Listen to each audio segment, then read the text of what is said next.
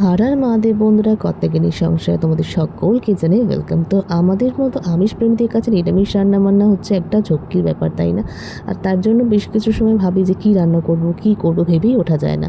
বেশ কিছুদিন আগে হাজব্যান্ড এনেছিল পনির এবং রিকোয়েস্ট করেছিল যে আমি যেন তার জন্য একটুখানি পনিরের পরোটা বানিয়ে দিই। আর হাজব্যান্ড আমার কাছে কিছু আবদার করবে আর সেটা আমি রাখবো না, সেটা কিন্তু হতে পারে না।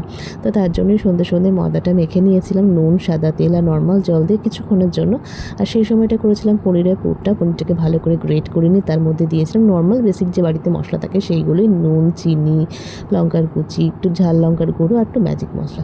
আর তোমরা একটু জিরে গুঁড়ো, ধনে গুঁড়ো তোমাদের পছন্দ মতো অ্যাড করতে পারো। ব্যাস সব কিছু দিয়ে ভালো করে একটু মেখে নিয়েছিলাম। আর তারপর যে ডোটা মাখা ছিল সেটাতে একটু বড় আকারের লেচি কেটে তার মধ্যে কিন্তু পনিরটাকে ভরে নিয়েছিলাম। একটু বড় লেচি কাটলে কী সুবিধা হয়, তখন কিন্তু যখন আমরা বেলবো তখন পুরটা বেরিয়ে যাবে না। পুরের যখন পরোটা হয় না, তখন পুরটা যদি বেশি পরিমাণ দেওয়া যায় পরোটাগুলো খেতে কিন্তু খুব টেস্টফুল হয় এবং নরমও হয়। তারপর কড়াইটা গরম করে একটা একটা করে পরোটা দিয়ে ভালো করে লাল লাল করে ভেজে কিন্তু তুলে নিয়েছিলাম।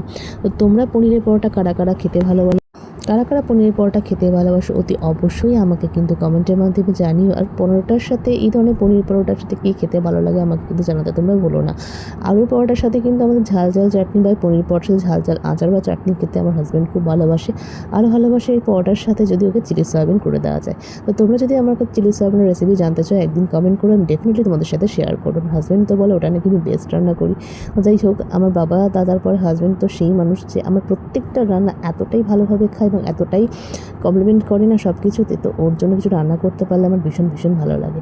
চ্যানেলটাকে প্রচুর প্রচুর করে সাবস্ক্রাইব করুন নতুন নতুন অনেক ভিডিও দেখার জন্য। সবাই ভালো থেকো, সবাইকে ভালো রেখো। আর রান্নাগুলো কেমন লাগছে অতি অবশ্যই কমেন্টের মাধ্যমে জানিও। আজকে এই পর্যন্তই, টাটা।